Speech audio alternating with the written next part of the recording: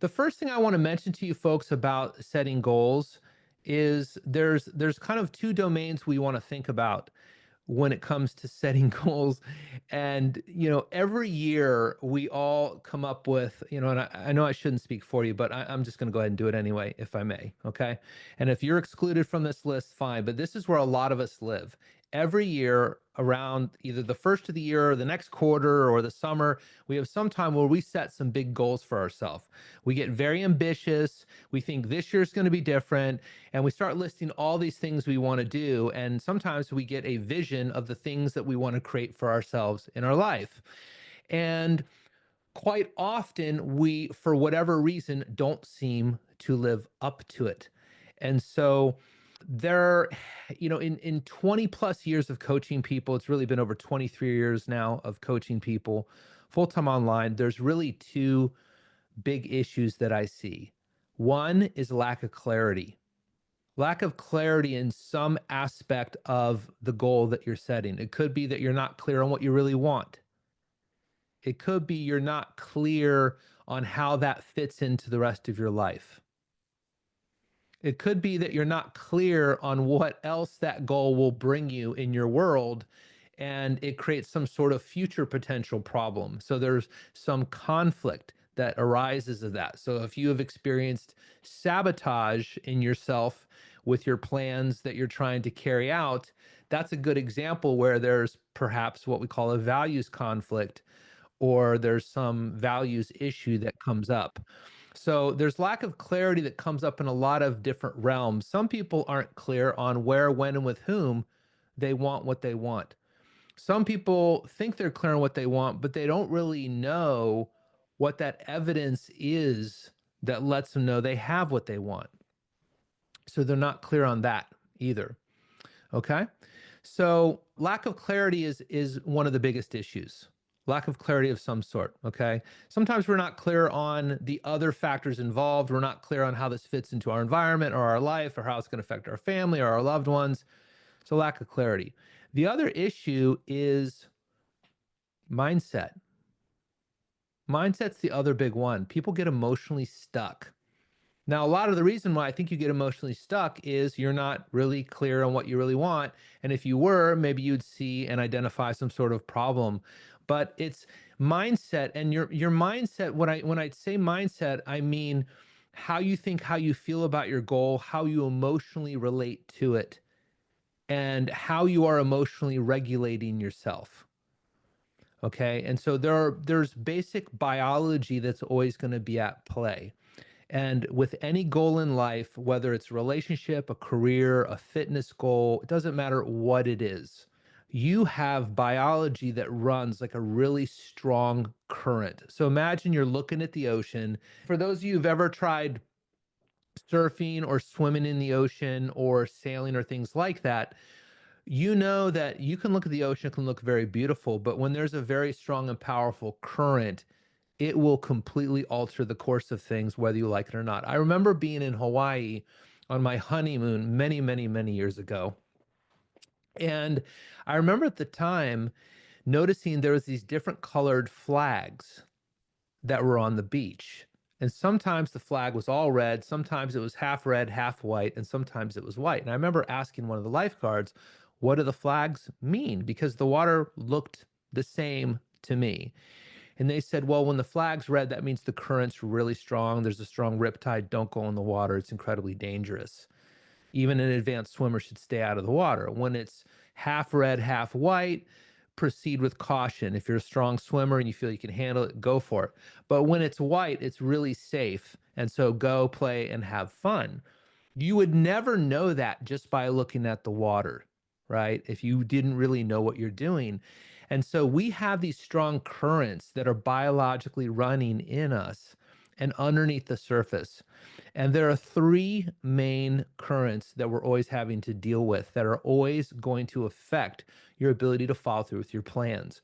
If it weren't for these three, you would set a goal and accomplish it every single time without fail. It would be like a computer program. I make the request, it spits out the result that I want. And that would be a beautiful thing. Those three biological drives are number one, the avoidance of pain. We are biologically wired to avoid pain at all costs. Okay. And this is our number one survival tool. Okay. We avoid anything that feels sharp, anything that is too hot, anything that is too cold, anything that is painful. Why? Because our goal, our really main neurological goal in life is to stay alive long enough to keep life going. So we had to avoid sharp things like spears and predators and teeth and fire and all these things to stay alive. So we are biologically wired to avoid anything that feels painful. Does that make sense? Okay. That's always going to be there. Now, fortunately, once you learn neuro-linguistic programming, you will realize that what we perceive as painful or not is relative and negotiable. Okay. Our brains were designed for this Paleolithic environment where what was truly painful there were things that were truly life threatening. A sharp spear, the tooth of a saber-toothed tiger, extreme fire, extreme cold, things like that. However, many of us have been fearful over letters we get in the mail, things people say to us, um, the idea that our partner may leave or may not be there, things that really aren't life threatening at all. And I'm not trying to minimize anyone's experience, but like I think we can all relate to the fact that we have felt tremendous fear over things that really truly aren't life threatening. But maybe they threat the quality of our life. So you get unexpected bill in the mail from the IRS, and you might feel a lot of fear in your nervous system. So you kind of get the idea there. The second biological drive is the desire to chase pleasure. Okay. We are biologically wired, if something feels good, to want more of it. And one of the reasons for this is that in a natural environment, okay, the Paleolithic environment we were born in, we were designed to be in that environment, there are only two things that bring extreme pleasure. That is food and sex, the two things that we needed to keep life going. So this is, unfortunately, why many of us chase this dopamine hit. We get this hit of dopamine in our nervous system that says, hey, what we're doing is working. Keep doing it. Keep it going. Keep heading in that direction. And so if if you go for a run and you get that big endorphin hit, right? You're going to feel really good. If you win money at a casino, right? You pull the lever and the I don't even know, what do you guys call this? The slot machine spits out a bunch of money. You're going to get a big dopamine hit. If you win a race, you're going to get a big dopamine hit. It's your body's chemical system to let you know what you're doing is working. Keep doing it. If you ask someone out and they say yes, you're going to get a dopamine hit. You get a raise at work, you're going to get a dopamine hit. So we're always chasing dopamine, and that gives us the signal that what we're doing is working. Keep doing it. Okay. So when something feels good, you want more of it. So we're going to avoid pain. We're going to chase pleasure. And unfortunately, there's a lot of things like doom scrolling that give us little tiny dopamine hits. Buying stuff on Amazon.com gives us a dopamine hit. Eating junk food can give us a dopamine hit. And so these things can be very misleading and can pull us off track. It's one of those currents that can pull us off track of what we plan on doing. The third chemical is, and desire, the biological goal is to take the easy way out. And it's really conserving energy. Okay. It's really about conserving energy. We are designed to conserve energy. So if you imagine being in the cave and the saber-toothed tiger's outside the cave, and you now have to risk your life and get past the saber-toothed tiger to get more food, to get it back in the cave so that your family can survive and keep life going. You must calculate, is the risk going to be worth the reward? If you're not hungry, you're probably not going to go. You're probably not going to risk getting past that tiger and possibly dying to get more food. But if you're starving enough, you are going to do it. Does this make sense? Okay. So this is why, folks, you often will not be following through on your goals and you'll be watching Netflix instead. okay? Because of these three biological drives. You avoid pain, you seek pleasure, and you take the easy way out. And your mind will often go, well, there's a lot of work there, and it's going to take a while to reach my ideal weight, shape, and size. And I'm really tired. So tonight I'm just going to sit in front of the TV and take it easy. The reason we're attracted to junk food and things like that is because it gives us a tremendous amount of calories for very little effort. In a Paleolithic environment, finding a Twinkie would be a huge biological win because you would get a lot of calories for very little effort. Okay, this is why potato chips can seem more appealing than cooking a baked potato. So I just want to start with this is what we're always fighting. You're always fighting these biological drives, and no one is lazy. What you call lazy behavior is strategic survival behavior. Okay. None of us are lazy, but we are designed to always optimize, to avoid the most pain we can, seek the most pleasure, and take the easy way out. And so, what we want to do is now that we become conscious and aware of that, we want to leverage that knowledge and adjust our lives so that we're more likely to seek dopamine, for example, from the things that truly do move our life forward and get us closer to our goals, and do less of that kind of mindless self-soothing behavior that doesn't. So that's kind of a little bit of the neuroscience of what's going on. And we're going to need to recognize that we've got our conscious mind and we've got our unconscious mind, which is kind of our mammalian brain working here. And it is kind of operates at the animal level. It doesn't understand language very well. Okay. If you try to describe to a dog what a dog treat is going to look and smell like, does the dog get excited? Okay. If it's the first time you're doing it, no, it doesn't. But if the dog sees the dog treat, smells the dog treat, tastes the dog treat, it gets quite excited. Does that make sense? It's a lot different. Yeah. Now, of course, once your dog knows that the word treat means you're about to feed it something, of course, it gets all excited, right? But it's not how its brain works. Okay. It just works a little bit different. So we're going to show you how to kind of trick your mammalian brain to play along as you're setting your goals. Okay. So let's jump into this. So step one, folks, is you want to describe the ideal and perfect outcome that you have for yourself. What do you want? What do you want? What is your goal? Now, again, all of this is going to be in the Easy Goal Worksheet 2025 that I'm going to share with you all. But what do you want? And what I'm talking about here is the basic, well-formed outcome in NLP. What do you want?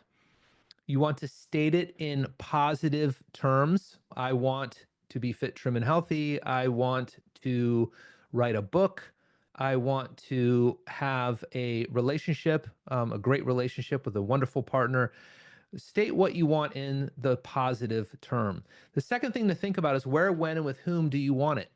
This is what we call the context question in NLP.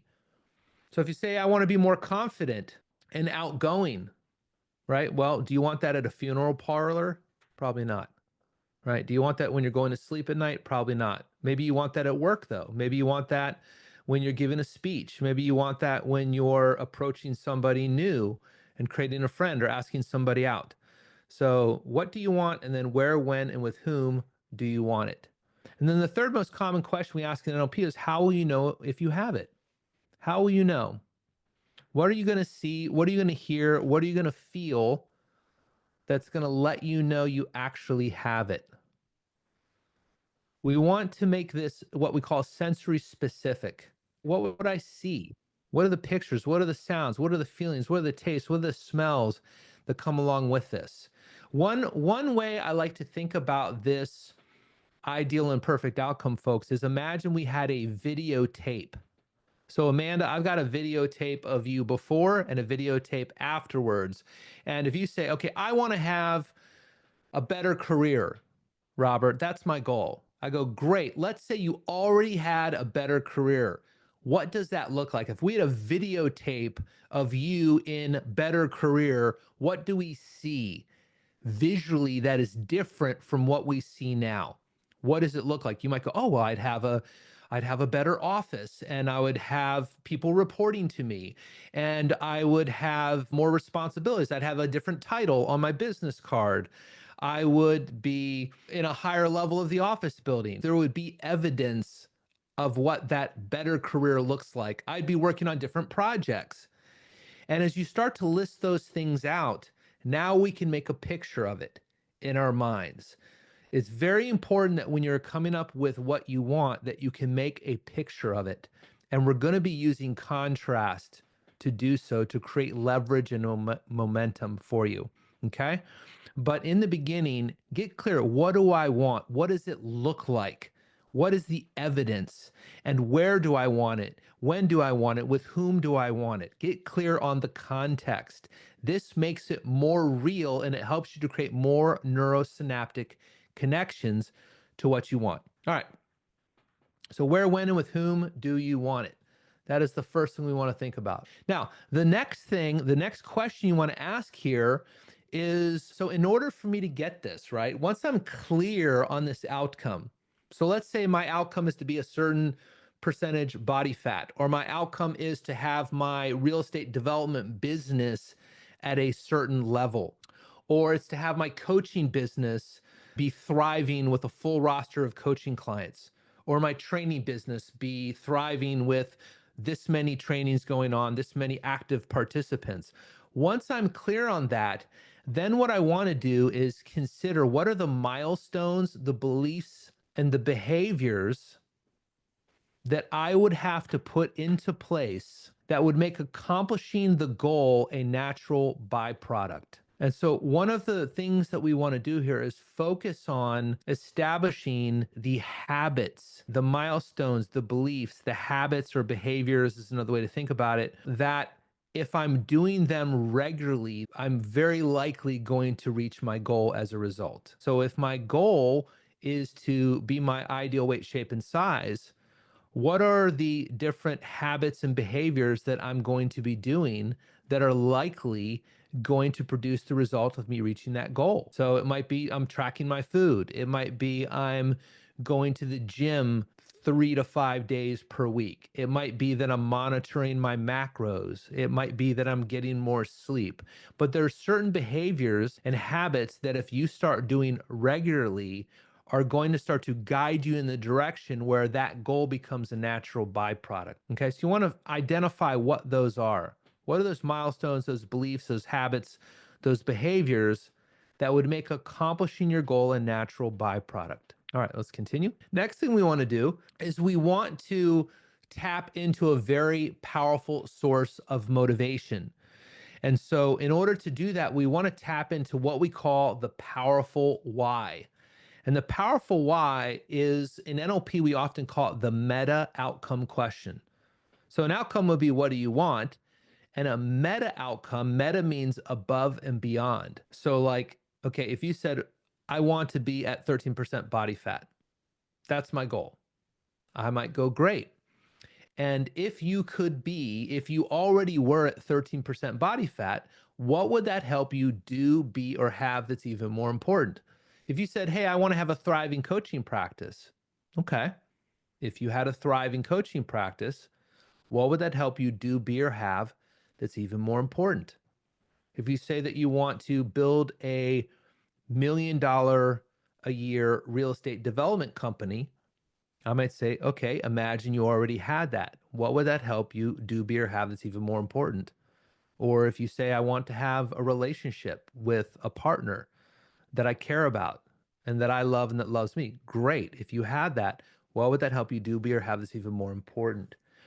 And what this will do is it will help you understand what's driving this goal. And it pushes you to a higher, what we call neurological level.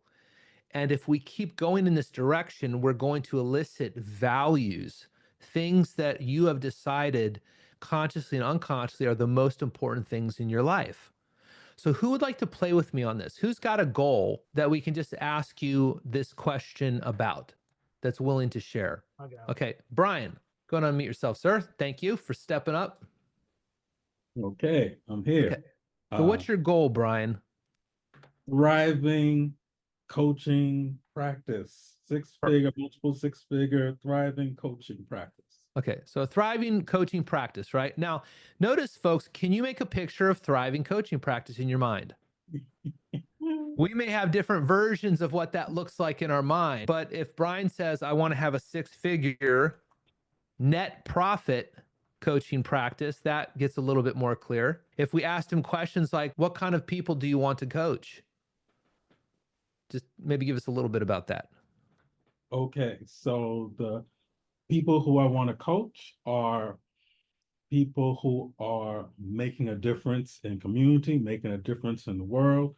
They have people relying on them, but they don't have anyone to support them.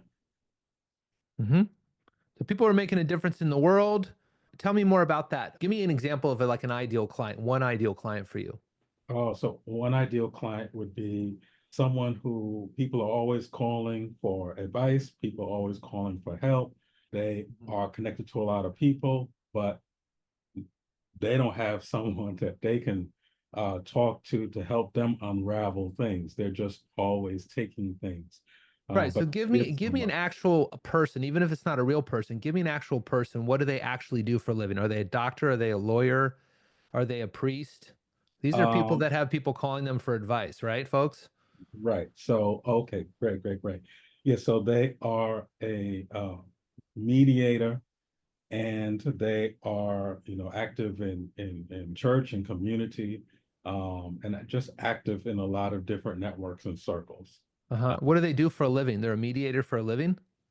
They are a yeah, I guess I would say they are mediator. They help businesses. They do personal mediation, they do business mediation. So that's what they do for a living. Okay.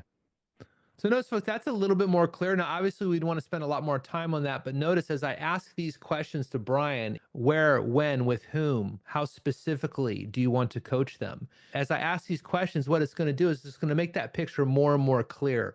And so in that first kind of step, when you're identifying what you want, okay, you want it to be a crystal clear picture. The more clear it is, the more likely you are to achieve it, because what it does is it focuses what's called your reticular activating system, and it starts to build neurosynaptic connections to make that happen. When you're really unclear and unsure about that, so is your unconscious. So it doesn't know what to look for. It's not able to make the connections, to find the coincidences, to look for the synchronicities like you can. But the minute you say, because notice this doesn't just reside in you, it resides in your community around you. If we are your community of friends and you say, well, I want to help people who are helping other people make a difference in their lives, no one knows who to refer to you. Mhm. But the minute you say, hey, look, I'm really looking for philanthropists, or I'm looking for mediators, or I'm looking Educators. for lawyers, or I'm looking for doctors Mhm. who earn this much money, then we know exactly who to refer to at that point. It gets much more clear. So you want to crystallize it. Now, for the sake of time, let's say that you had, and we got really clear on what a thriving coaching practice is to you. Maybe it's six figures net per year. Maybe it's working 20 hours or less. I don't know if it's in person. I don't know if it's online. Online. Online. Okay. Yeah. So let's say we did all that. What would that help you do, be, or have that's even more important? Oh my gosh. Um, so that would give me time freedom to spend to also do other things like spend time with family, um, travel, um, attend spiritual retreats, um, do more of that work uh, that's important to me. And so, if you could really be totally free, have total freedom, you could travel, you could do spiritual retreats, you had more time for yourself, what would that make possible that's even more important? Oh my gosh. Wow. So that would not just feed my own growth, but that would allow me to serve more, have greater impact. And for those people who couldn't afford to work with me, I could do things that'll impact their lives as well. Yeah. So, you could have more growth for yourself and you could serve others more and make a bigger impact. And Mhm. let's say that we could set you up with this thriving coaching practice that really gives you the freedom, the time, the resources to travel, to do the retreats, to continuous spiritual growth, so that you can personally grow and serve others in a powerful way and make a bigger impact. If you could really get all of that in just the right way, what would that help you do, be, or have that's even more important? Well, that would help me establish a legacy for not just my children, but our children's children. That would help me to inspire um, not just my children, but my children's children Mhm. and others in my community. Yeah. So it'd help you really establish a legacy, not just for your children, but for your children's children, and inspire people in your community. And let's say you could do all that. Let's say you really nailed that. You have a legacy. You've inspired generations, your children, your children's children, et cetera, all the way down the line. You're an inspiration in your community. You're an inspiration in the world. What does all that help you do, be, or have that's even more important? Well, I believe that helps me deeply fulfill why I'm here. Which is what? Serve and make an impact and change lives. Mhm. And if you could Change. really serve and make an impact and change lives, what is it? We're almost there, folks. Hang in here. What does all that make possible that's even more important? Let's say your whole life is serving, impact, making a difference. What does all that make possible that's even more important? Is there anything more important than that? I'm speechless. Yeah. So notice this gets us right up to what we call that universally acceptable positive intention, joy, oneness, flow, union with God, whatever that is for you. But this is the powerful why behind you wanting to build this coaching practice. Does that make sense? So that's why we call this a powerful why, folks. That's why we call this something to tap into deeply to get highly motivated. Okay. And so all we're doing is we're asking this question: what would achieving this goal help me do, be, or have this even more important? And then we repeat this process until you reach a universally acceptable, positive outcome. And now you have a bigger, more powerful why.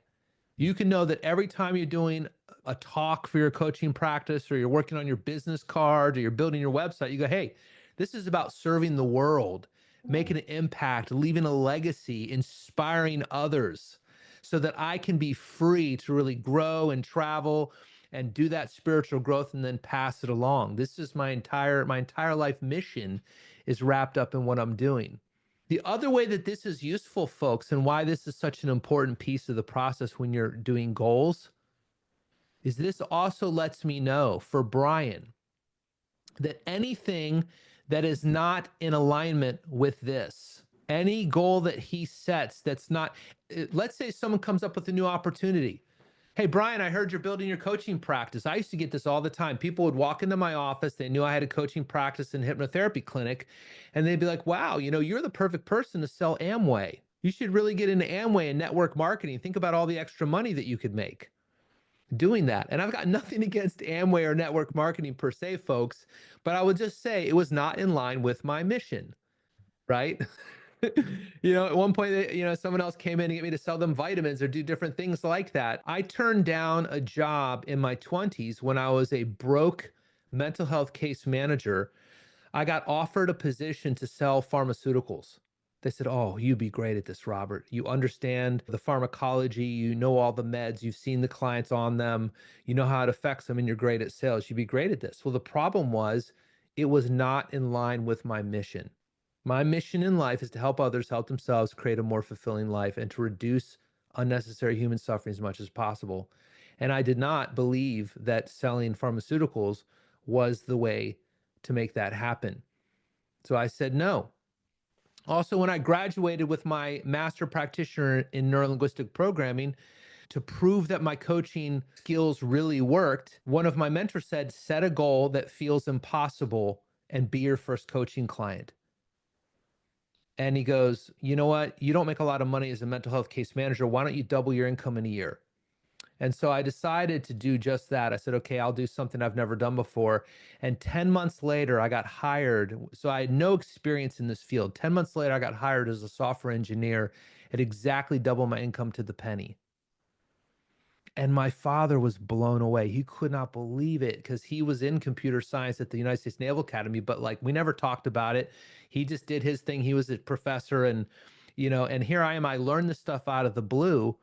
And now I've doubled my income and I've got this new career. And he couldn't believe it. He was like, oh my God, what a stroke of luck. So he thought, folks, I was insane when 2.5 years later, I left the company to start my coaching business because it ate away at me deep inside. I was like, wow, the money's great. I really liked writing code. It was fun. I could just listen to music all day, sit in my cubicle, make great money. But the problem was, it wasn't my mission. It wasn't my calling. And I was like, there's a lot of people that are great at coding. There's not a lot of people that can do people puzzles the way that I can. This is what I have to do. And so I left. And everyone around me was like, you're nuts. You're insane. You were lucky to get that job. You should never leave it. And I probably would have made more money financially than what I have made doing what I'm doing. But the difference is that if I died today, there's no question I would die living my purpose, and everyone that knows me knows that to be true, and that makes me sleep very well at night. So this is the point of the powerful why. Deep source of motivation. We also use it as an alignment tool. Any opportunity that comes in that's not in alignment with your powerful why, with your mission, probably not going to pan out.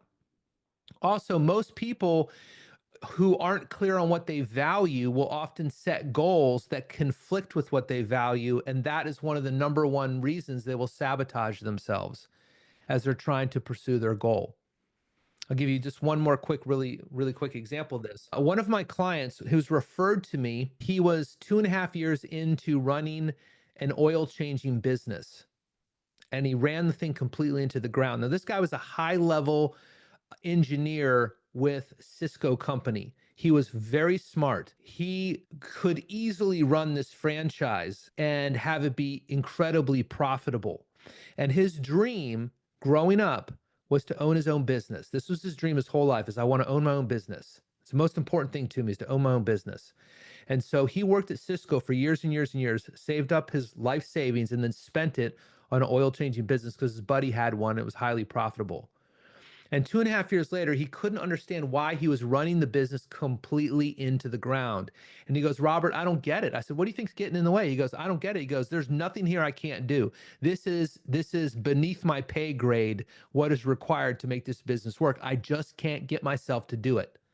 I don't know why I just can't get myself to do it. Maybe some of you experienced this before. So I had a conversation with him and I said, let me ask you a question. Why did you decide to get this business in the first place? And he goes, well, I always wanted to be my own boss. I always wanted to work for myself. I said, yeah, but why? What does it mean to you to be your own boss and to work for yourself? He goes, well, I wanted to be free to do what I want to do when I want to do it. And I went, there's the problem. I said, how many hours do you work for Cisco when you worked for Cisco? And he goes, 40 to 50 hours a week. If we had a product launch, maybe we'd have a month or so at about 60 hours, but that would be the very most. I said, okay, cool. I said, how many hours do you work a week with the oil changing business? And he's like, 7 days a week, 12 hours a day, sometimes 14 hours a day. It was solitary confinement for him. He goes, I'm trapped here. He goes, the employees never show up. The business is open 7 days a week. I'm always here. And I said, you think that might have something to do with why you're sabotaging your business? See, the whole reason, the powerful why for him to go into business in the first place was he wanted freedom. He was a surfer. He was a mountain biker. He wanted to go surfing when the surf was good, go mountain biking when he felt like it. He wanted to do what he wanted to do when he wanted to do it. And he went from a job that required, let's say, 60% of his time to now it ate up 100% of his time. It was a worse position based on what he valued. It stripped him of his freedom. So what does his unconscious do to protect him? Sabotage the goal. Does that make sense? So that's the other reason why you want to know this, okay? Now, the next thing is, and this is going to sound counter to what we know in NLP, but I'm going to suggest you do this, folks, because this is something we've pulled. Chase talks about this, but it's also something we know from marketing. When you want to get someone to make a decision, okay, when you want to get someone to go from here to here, you have to polarize these two sides. You have to polarize these two sides. There's the hell island and then the heaven island. So, like in sales, they talk about pulling pain. It's not to make someone feel bad, but it's to get someone grounded in the pain of their problem. So, let's say your doctor comes to you and says, listen, you are pre diabetic, your sugars are out of control. They're going to pull some pain and describe that least desired outcome to try to motivate you to take action towards the desired outcome. And so, a very common sales technique is we take that least desired outcome and we polarize it against the goal that we want. And that creates a lot of natural momentum towards the goal that we want. So, and you've seen some of these questions in different sales presentations. So, for the least desired outcome, what's the worst case scenario? If you don't change, if you don't build your real estate development business, if you don't, Brian, get your coaching business up and thriving, what is the worst case scenario? What is the probable, almost certain future? If it doesn't happen, describe it in detail. And also, part of doing that is what are the milestones, the beliefs, the behaviors, and the habits that if you keep doing are going to produce your least desired outcome. This helps you identify the behaviors that you're doing now that are shooting you in the foot.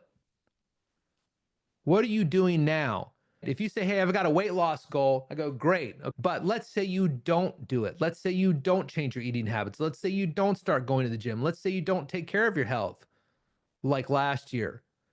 What is going to happen as a result of that? What's that going to look like? And what are the signs that's that happening? What are the milestones along the way? Oh, the weight starts creeping up. You gain about 1 pound to 2 pounds per month. What are the behaviors and the habits? Oh, I'm going to go out to eat half the time instead of cook from home. I'm going to blow off going to the gym and sit on the couch and watch Netflix.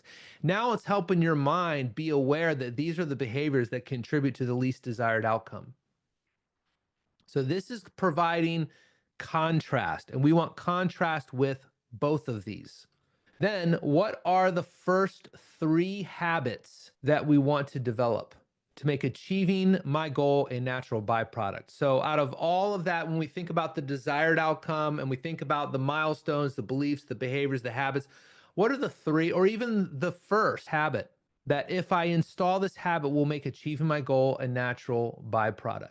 And ideally, we want it to be something that's within your power, something that will enhance the quality of your life, and something that you can do today. So you want to identify the first 3 habits. This gives you something small to work with. If 3 habits feels like too much, so let's say one habit is I'm going to get out and I'm going to walk 10,000 steps a day. That I'm going to do. That's a habit I'm going to work on doing.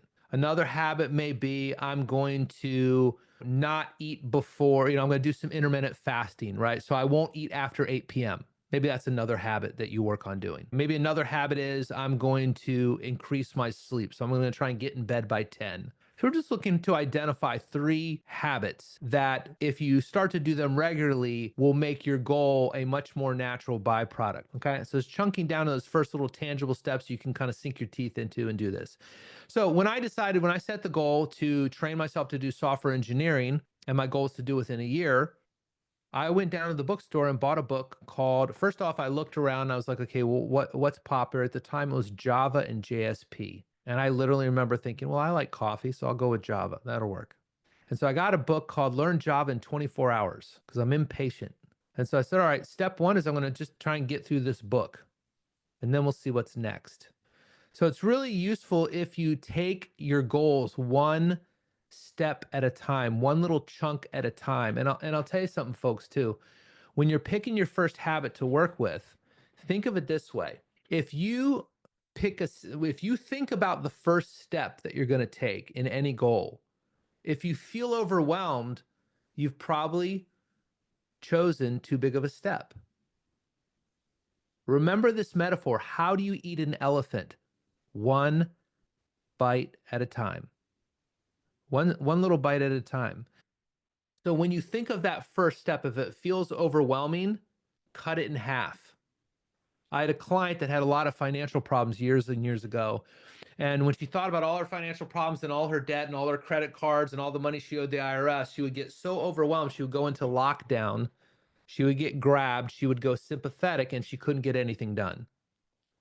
So I said, what if we just focus on your credit cards? And I looked at her and she went, I'm okay. That's a little too big. I said, okay, what if we just list your credit cards on a sheet of paper? Can you just literally write down the credit cards and the balances on a sheet of paper? She still went, I said, fine. Can you just list the credit cards on a sheet of paper? And she goes, oh, that I can do. And that's where we began. If you keep taking your goal and break it down to smaller and smaller steps, eventually you're going to hit that, and you'll feel it kinesthetically in your body. Oh, I can do that. And then we go with that. And then that's your first step. And then we build from there. Linda, question. Yes, I wanted to ask, so say for example, if you choose that one particular habit where you do feel like, oh, that's a little bit, bit hard to push myself to, but you still you're able to do it if you wanted to. So should you push yourself to do it, even though it feels a little bit big? It depends. So can you give me a concrete example? Yeah, sure. So I'll give you an example. Say if I wanted to wake up 5 o'clock in the morning, that's my habit. It does feel a little bit, hard to What's do. hard about it? Sorry. What's hard about it? Well, I'm thinking about, being tired, sometimes waking up in the middle of the night with the kid, like to do it consistently. Like to do it one day, 2 day, that's fine. You can push yourself. But in order to keep a habit, you need to do it on a consistent level, right? So it does feel somewhat um difficult, but if I wanted to, I could push myself to do it. So then can I still push through and pick that habit and go with it? Do I still try to take that big chunk and see Yeah, where I end up, or should I just go, let's great start? question. Yeah, Great question. So I think this is a really good example too, that you'll notice that what we hear here, folks, is I have ecology concerns. Part of me wants to get up at 5 a.m., but I have ecology concerns. I have a little baby. I often stay up really late and I'm worried about being sleep deprived. And so it's what we call ecology concerns. So we'd want to adjust the goal based on that. And remember, we're only using like discipline. There's a difference between discipline and a habit. Discipline is what we need in the beginning to get the habit up and running. But if the habit's sustainable, once it becomes a habit, then it requires a lot less energy to just rinse and repeat on a daily basis. yeah, Right? People no, I don't think anyone here stresses about brushing their teeth. They just get up and they do it because you've been doing it for so long, you're used to doing it. So what I would caution you against is when you push yourself too hard or you try to bite off more than you can chew, you choke on it. Same thing can happen here. And what you do is, from a neurological standpoint, you associate a lot of pain and suffering with a goal when sometimes if you just chunk it down a little bit. But I think the solution for this particular habit for you is the ecology concerns, which we're going to talk about next. And so I would make sure that you address those concerns. So whenever you guys think of a goal that you want, the next step you're going to take, if there's some part of you that feels off, always assume that's a wonderful part of you that has a concern. In NLP, we have the belief behind every behavior is a positive intended result. So if I am dragging my feet, if I'm having a hard time motivating myself, it's because part of me has a concern. Might be rational, might be irrational, but we want to explore it. Okay, so what are the first three habits? Now, let's talk about ecology concerns for a minute. So I'm going to give you 5 different things to think about. There's a lot of ecology. Ecology just means, is it good for the whole system involved? Is it good for everybody involved? And a lot of times, one of the things that can get in the way is of a goal is a values conflict. But another thing could be that there's just competing priorities or other things. So getting up at 4 a.m. or 5 a.m. is a great idea, but sometimes there's the competing priority of I need to make sure I get enough sleep. And if you set up your environment where you're staying up too late and you're not getting up early enough, it can make it a lot harder. So one of the things we want to take a look at are ripple effects. What are the ripple effects? How will achieving this goal affect different areas of your life? What impact will it have on your relationships, your work, your health, your other priorities? Who else will be affected by your pursuit of the goal? If I produce this goal, what kind of effects does it have on others? One of my clients who lost over 80 pounds with me, she ended up losing a total of about 120 pounds in total. The rest of her family was morbidly obese. One of the ripple effects of her losing the weight was that it made her feel excluded and alienated from the rest of the family. This family was very food oriented. All the gifts on Christmas were very food oriented. When they would eat breakfast, they would talk about lunch. When they'd eat lunch, they'd talk about dinner. And there was a lot of ripple effects for her when she lost a significant amount of weight. It made them examine themselves a bit more. I think that created some tension. And there was a lot of things they would do together that she stopped being a part of. And it ultimately really affected the relationship she had with her family members. And that was one of the things that caused her to eventually start to put the weight back on. The second question to ask yourself is it sustainable? Is this goal sustainable in my current environment? So, Linda, this kind of speaks to your concerns about getting up really early, which is great if you can get to bed early, right? And get enough sleep. So, do you have the necessary resources and support systems in place? Are there aspects of your environment that will resist or support this change? My youngest son is a type 1 diabetic. We discovered he had type 1 diabetes 2 weeks into COVID. He almost died because everyone was afraid to go to the hospitals back then. Very scary time. And one of my priorities is getting enough sleep. But let me tell you, if his blood sugar is off, I'm not getting sleep. That alarm will go off at 2 a.m. and then 3 a.m. and then 4 a.m. And I have to get up and monitor. And I'm up for at least an hour to two to get him stabilized again before I can go back to bed. And so I have had to make some serious adjustments in my life to my personal time when I don't have the kids to get extra sleep to make up for the possibility of losing sleep when they're there. So there can be things in the environment. You're a mom, and as a mom, Linda, stuff's going to come up that's going to throw a wrench in the works. So you want to plan for that ahead of time. Just know that that's going to be there. What environmental modifications would make the goal more sustainable? So one of the things that makes it more sustainable for me is I prioritize getting lots of sleep on the weekends I don't have the kids. So I don't go out as late as much. I sometimes don't go to the concert all the way up in the city because it's a little bit too far away and I'll be up really late. I cherry pick those moments a bit more than I would if I was getting regular sleep each night. Next question is, are there any symbiotic relationships needed? Like, which relationships will you need to nurture and succeed? If you want to build a thriving coaching business, it would make sense to be plugged in and in communication and in relationship with other coaches who are also having a thriving business. If you're building a real estate development business, knowing other real estate developers, hanging out in the places they hang out, being around those people is going to help support you doing that. If you're a mom or a dad, hanging out with other moms and dads. So think about other relationships. What mutually beneficial partnerships could support this goal? How can you create win-win situations that make the goal more achievable? What positive connections will strengthen your goal? So symbiotic relationships. Next one is, what will this goal compete with? Which existing priorities or habits might compete for resources? So there's a certain personality type, we call it the freedom personality type. Freedom people want to do what they want to do when they want to do it. They don't want to be told otherwise. And they love options, adventure, and upside potential. Us freedom people, we love that. And one of the big kind of things you have to watch out for if you're a high freedom person. So if you're high freedom, you love options, adventure, upside potential, and you hate feeling restricted, limited, and controlled. So if you are a high freedom person, you got to watch out for FOMO, fear of missing out. So when a new opportunity comes up, freedom people love to say, oh, I could do that.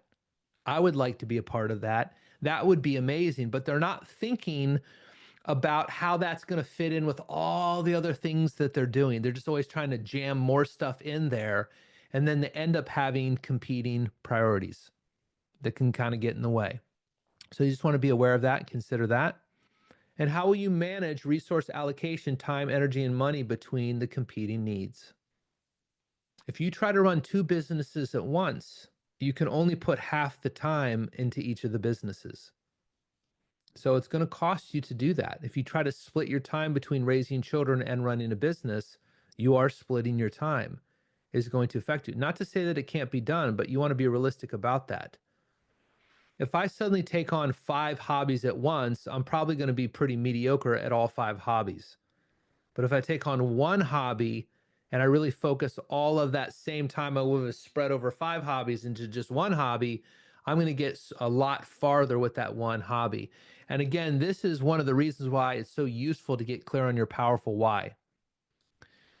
And then the last question to ask yourself is there appropriate feedback to support adaptation? We are not robots. We are not computer chips. We are organic living human beings. Stuff comes up, the world changes, life changes, our environment changes, people change around us.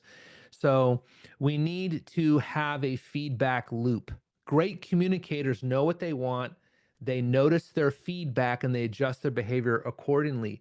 So you need feedback. It's one of the reasons why you want to get really clear on your goal. They used to believe that you shouldn't weigh yourself more than like once a week or once a month.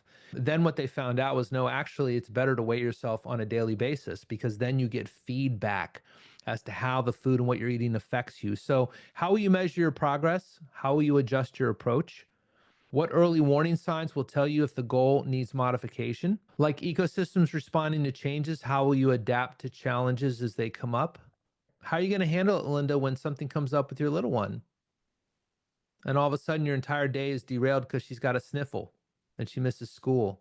Or let's say, Brian, you're working on your business and you're building a thriving coaching practice, and then all of a sudden there's a blizzard and you get snowed in for 3 days. How are you, how are you going to handle that? What feedback loops do you have built in to ensure sustainable progress? So this is the last section I'm going to cover here, then I'll answer questions. And these are leverage techniques. I don't have a lot of time to talk about this one, but these are some important things to consider. Okay, so these are ways to leverage what you're doing. One is you want to create focus. You want to create focus for not only your big goal, but you want to create focus for those habits that you're working on installing. You want to keep them in your attention on a daily basis. So how can you do this? You can put signs up. You can put pictures up. I'm a big believer if there's a goal that you want, it's great to write it down in a journal. Some studies show that if you write it out by hand, they say it's more powerful, although I like to do my stuff digitally. But have pictures. We've all heard this vision board. You can create a vision board. You can create what's called a mind magic movie where you just have a series of pictures that circulate. You can get a TV and you can plug an iPad into it, or you can plug a picture show into it with a USB drive and have it put pictures up. But your unconscious, your mammalian brain operates, it will take in the pictures. That will communicate with it. Just like when I show the dog treat or I have it smell the food, it operates a different set of centers in that dog's brain than if I'm discussing a meat product that they may get later on today. Those words don't carry much weight, but the picture, the sensory specific images, the sights, the sounds, the tastes, the smells carry a much more powerful punch and impact. So how can we focus? How can we focus in on this goal and keep it in the forefront of our mind on a daily basis? Having a sign up by your desk, having goals that you look at on a daily basis, having a vision board that you keep in the peripheral so that when you're working at your office, you see it, putting up pictures around the house. The other thing to leverage is experts or what's called authority. And so if I am working on reprogramming my mind to believe something different, I will go out and find all the research and evidence to support it. I will look for authorities that validate what I'm thinking and feeling. And you can go out and research anything these days and find a ton of research to strengthen the belief and the focus on what it is you want. Remember, we've got this thing called this reticular activating system in our brains. And what it does is when we focus on something, we tend to get more of it. And the more time we spend focusing on something, the more our brain sees it as important. And so when you have a limiting belief, folks, a limiting belief is nothing more than a story you tell yourself about your experience. And then what you do is your mind then starts to curate and look for examples that that limiting belief is true. And it starts to add them up. And the more examples it finds that that limiting belief is true, it creates an attractor basin for that experience. And now you're more likely to have that experience. So if you have the limiting belief that learning is going to be hard and difficult, then your mind, it goes, okay, I'll now look for all the examples that learning is hard and difficult. And your mind will start to stack them. And then pretty soon you create this attractor basin. And now every time you think about learning, your mind goes, oh God, but learning is going to be so hard and difficult. And you're more likely to have that experience over and over again. Some people do this with math. They go, oh, I'm just not a numbers person. So now they've created this attractor basin where numbers are really hard. Well, one of the easiest ways to shift a limiting belief is take that limiting story and take the polar opposite of it. So if your limiting belief is learning is hard, now make it learning is easy.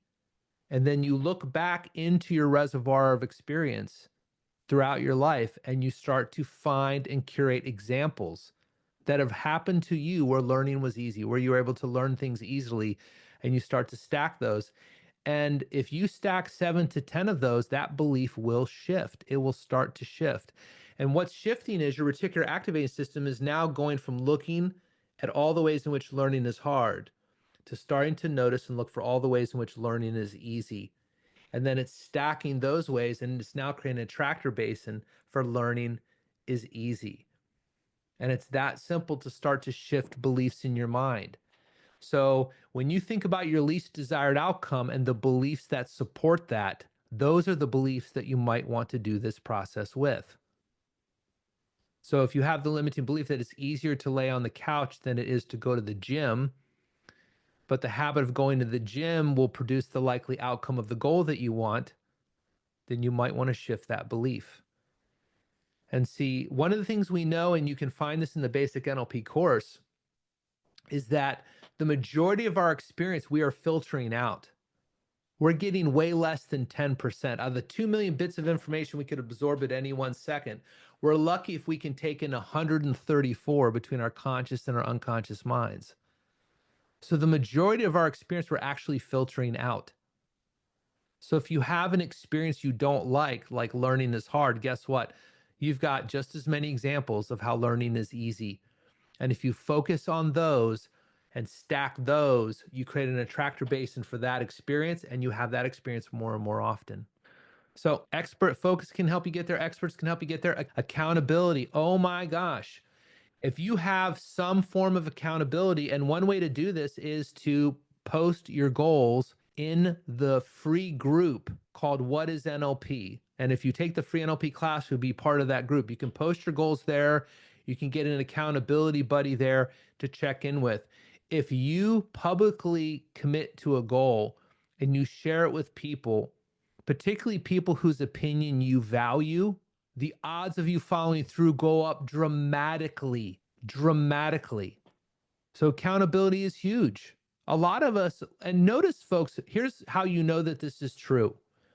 Many of you won't want to share your goals with people. How many people can admit they've had goals and go, I'm not going to say that to anyone because what if I don't do it? I'm going to look really bad or I'm going to feel horrible about myself. So I'm just going to keep it to myself because if I tell them, then I'll have to do it. Well, that's the idea. And do you want to set yourself up for success or do you want to set yourself up for failure? So that's a great one. And then emotion. Okay, this is why we do the pictures. This is why we elucidate the powerful why. You want to connect an emotion to a goal. You know, notice the difference. If I say, hey, look, I want you to get up and go run around the block because it's good for you, it's good for your heart, you should do that. Notice how motivated you feel. But if I tell you that someone you love is in a burning building around the block, and the only way to save them is you got to get up and run and go get them, you are going to be highly motivated. There's a lot of emotion there. There's a lot of power there. Emotion creates motion. Tony Robbins says that all the time. Emotion creates motion. So in NLP, there is no right or wrong. There is no good or bad. There is no should, need, have to, or must. It's simply useful or not useful within a certain context. So play around with attaching emotion. Attach positive emotion to the goals that you want. Your powerful why is a great way to do that. And also attach negative, unwanted emotion to that least desired outcome that you want to make sure you don't end up reaching. In NLP, we call this a propulsion system, where we use moving towards and moving away from motivation together simultaneously. It creates tremendous momentum towards your goal. The last thing that is really interesting is disruption. And this is something I got from Chase Hughes. Disruption is this idea that what you want to do is when you set a new goal, particularly a big goal, you might want to change something in your environment. The whole idea is to get you out of autopilot, to interrupt your pattern and grab your attention and get you to think differently so that your unconscious doesn't think there's a script. I'll give you an example of how I use this. In weight loss programs, one of the new habits I work on is called water before snack. And in water before snack, the goal is anytime in the future when in the past you would have reached for a snack, now you're going to reach for a glass of water. You're going to drink that glass of water. You're going to wait 5 minutes and then see how you feel. So that's the only goal we're working on, because I know if I can get you to drink a glass of water and wait 5 minutes, odds are is it going to eliminate all snacking? No, we don't even care about that. We're not trying to get you to eliminate all snacking. But guess what's going to happen? You'll probably have one less snack a day. And you may think, what's the big deal in that? One less snack a day. Well, the average snack is 200 to 250 calories. And for every 100 calories you eat daily on a consistent basis, that's worth about 10 pounds of fat in a year. If you shave 100 calories daily, it's worth about 10 pounds of fat in a year. So if I can get you to eat one less snack a day over the course of a year, that's a 20 to 25 pound habit. That's pretty significant. And so one of the ways I naturally can disrupt your environment is I tell my clients, okay, where's your snack cupboard at home? Everyone's got one. Where is it? You probably have one at the office. You have one at home. And they go, oh, it's in the kitchen next to the fridge. And I go, great. Open it up tomorrow morning and put a wall of water. Go get some water bottles from the store. Put a wall of water between you and the snacks. And if you still want a snack, that's fine. But now you have to move the bottles of water to get to the snack. That's all I want you to do, is put the wall of water. And I guarantee that suggestion will come to mind next time you reach for a snack, because you literally will hit the bottles of water, go, oh, that's right, water before snack. And you may drink some water, maybe you won't, but I bet you'll end up eating one less snack a day. Great way to disrupt the environment. Make sense? Cool. You get the idea. All right, folks, it is 6:20. I'm going to open the floor for a few questions, and I'm just putting the document in the chat right now. What you want to do is make a copy. Up here, you can do file, make a copy, and then save it to your computer, and then you can edit it and you can add stuff to it and do that. Okay? So if you just hit file, make a copy, because this is view only. So go ahead and make a copy of it, save it, and then you have your Easy Goal worksheet. You can keep a master for yourself, and you can print it out when you want it. It's got everything we covered today on here in a step-by-step format. And for those of you who maybe don't understand some of the NLP, if you haven't taken the free NLP class, just go to nlpca.com and sign up for that class. It's totally free. You can get in there, you can ask me questions through the free group in there, and it will give you a nice, gentle introduction to NLP. What is it and how does it work?